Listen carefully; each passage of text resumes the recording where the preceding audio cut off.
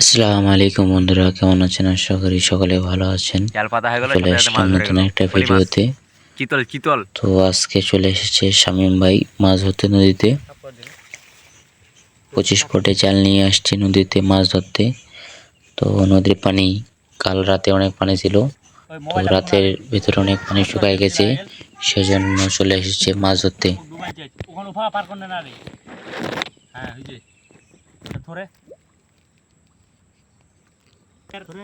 দাঁড়া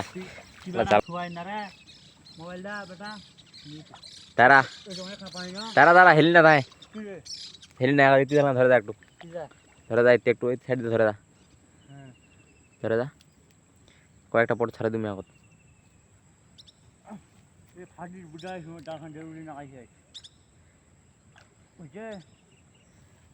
যা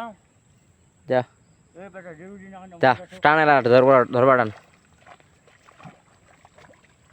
ধরবা টান,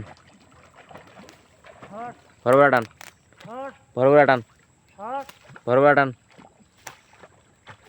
ধরবা টান, ধরবা টান,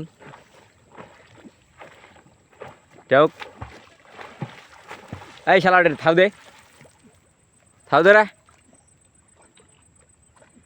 থাও দে রে, কই রে, থাও দে রে,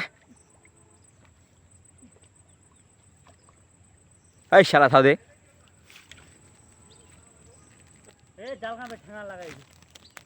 জালখানা কি কইছি রে? ওকে, ডিগির মাছটা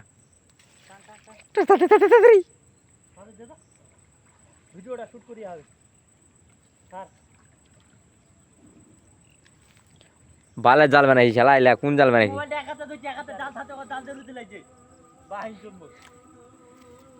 সুতোটা দিবা মোটা। হ্যাঁ, এখানে পানি অনেক, মিডলে অনেক পানি, প্রায় 2 মাসের মতো পানি হবে। তো কয়েকদিন আগে প্রচুর পরিমাণে বান হয়েছিল, একটা বিশাল বড়। দেখতে পাচ্ছেন কুষারগুলো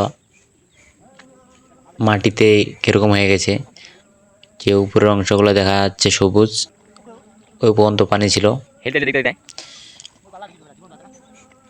এখন 2-1 দিনের ভিতরে পানি অনেক কমে গেছে, সেই জন্য আমাদের শামীম ভাই আসছে জাল নিয়ে মাছ ধরতে।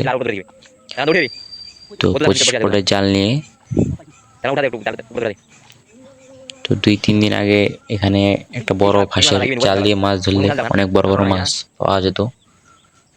ওই জায়গাটা এপাশ দিয়ে এক সময় নদী ছিল, তো আমি তখন ছোট ছিলাম। এপাশ দিয়ে নদী ছিল, এপাশ দিয়ে প্রচুর পরিমাণে গোসল করছিলাম। এখানে একটি বড় পাহাড় আছে, ধার, এখান পাহাড় থেকে আমরা লাফ দিয়ে গোসল করতাম নদীতে। এখন নদীটি অন্য পাশে চলে গেছে সাইড দিয়ে। তো দেখতে পাচ্ছেন আমাদের শামীম ভাই জাল পাতানো হচ্ছে। ওইদিকে আরেক ভাই জাল বসাচ্ছে, চায়না জাল, রিং জাল।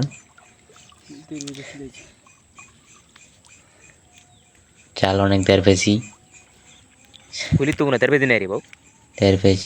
লাগে আছে জালে, দেখতে পাচ্ছেন।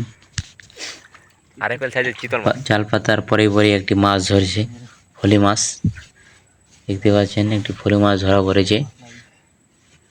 ফলি মাছটি সাইজে একটু বড়, 22 ফুটের জালের, 25 ফুটের জালের যেরকম মাছ হয় ওরকম মাছ। পাতার সাথে সাথে একটি মাছ ধরে গেছে, ফলি মাছ।